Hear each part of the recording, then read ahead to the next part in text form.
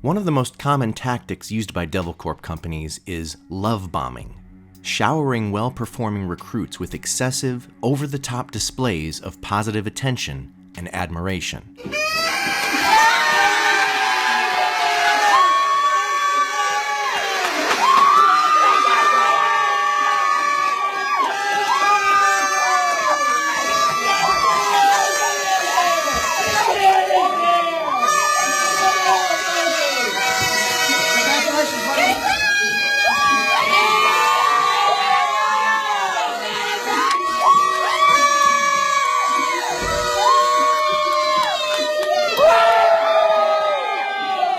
Love bombing is a manipulative psychological tactic that creates the illusion of a positive, trusting relationship.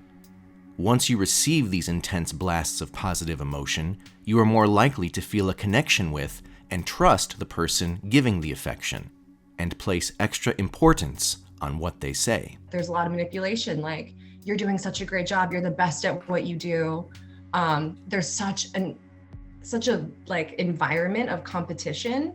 And when you're being told that you're the best, you're so good at this, you're a natural, it makes it harder to leave. In Devilcorp, love bombing allows owners and higher-ups to build you up in order to control your behavior and keep you invested in the opportunity. My manager's promoting manager's recruiter, so the recruiter above me, she was really good at her job.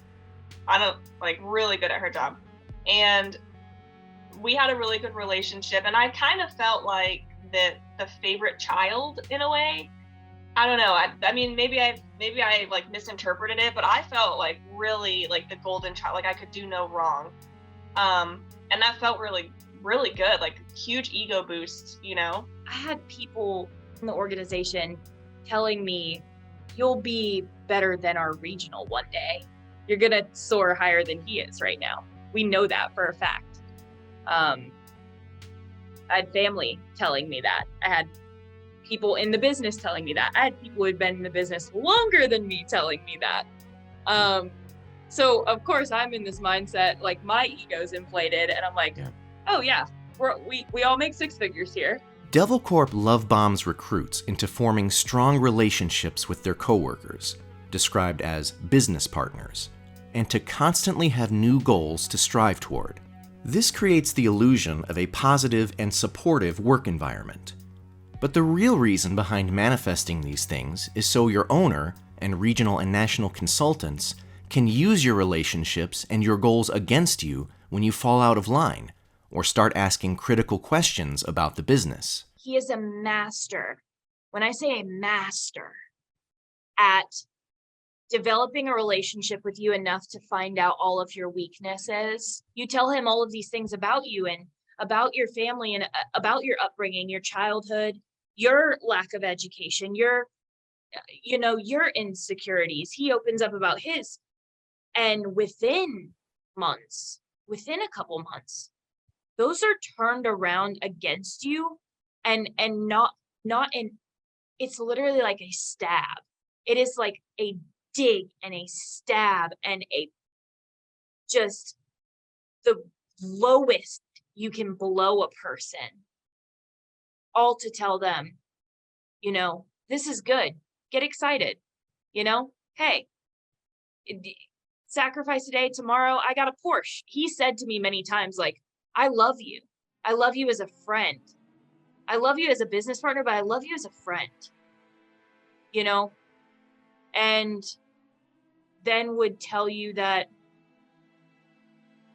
you're not worth anything and you'll never be anything, and your family and your parents are the reason that you're a failure, and you are causing other people to fail.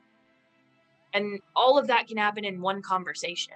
The criticism then extends outside the relationship to the rest of the office and to the rest of the business through conference calls. It would build someone up oh, this person, this guy or girl is going to be great. And then 6 months later, it's where are they? What happened? And then it's just nothing but negative things talked about them. Oh, they did this wrong. They were terrible at this. It's 6 months ago, they were the greatest thing since sliced bread, all these huge things. And then where's the support? Why can't we help this person out? What happened? But It's not the business's Yeah. fault, it's their fault. And if you decide to leave the opportunity, the business will make sure to construct a narrative about you that fits their manipulative interests. Their goals changed, or maybe they tell you like that person just wasn't really good, they weren't cut out for ownership.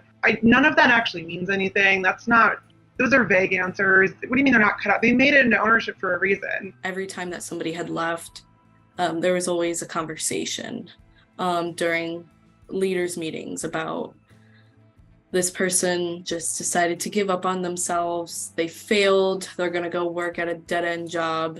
So don't worry, guys. Like, it was very manipulative. They ran conference calls about me. And I heard this from other owners who quit after me, who called me to help them close. And they were like, yeah, the day after you left, you closed your business, and Larissa ran a conference call saying that you got lazy and that you just wanted to get engaged and that you just wanted to get married, and that's all your priority was, and that you weren't going to the field anymore and you weren't interviewing. If I had stayed in the business, the month after I closed, they had the big meeting, the big vacation, the R&R, and I would have won Rookie of the Year. That's what Larissa told everybody on this call. And they're like, so why'd you leave? And I had all these leaders who were calling me, asking me why I left, because I had relationships with everyone. I invested in people. I truly freaking invested everything I could into as many people as I could. Why would anyone, quote unquote, hit their goals making 75 to 6 figures in your 20s or whatever, 30s, right? Why would you quit that? If you were happy, you had free time and money, why would you leave? That's retention. That's HR 101. You don't leave that. They need you to believe that you're something special. When the numbers don't lie, you're not going to be successful. It's just, you're not going to become the owner. Or if you do become the owner, you're not going to become the owner that you think you're going to become. Manipulating one's emotions is not the only way Devilcorp attempts to control you. Generally, any display of emotion that does not fall in line with Devilcorp's rules of total and absolute conformity is viewed as negative. You talk to anybody who's been in that business for more than a few years, a year and a half, maybe 18 months, they're going to give you such a non-emotional response. It's unreal, right? You could call them and tell them listen, man, I just, this person just died in my family. This just happened. Shit that is actually really sincere, right? And they're not going to react, right? It's going to be, yeah, no, listen, man, life hits you, right? Things suck and things happen, but guess what?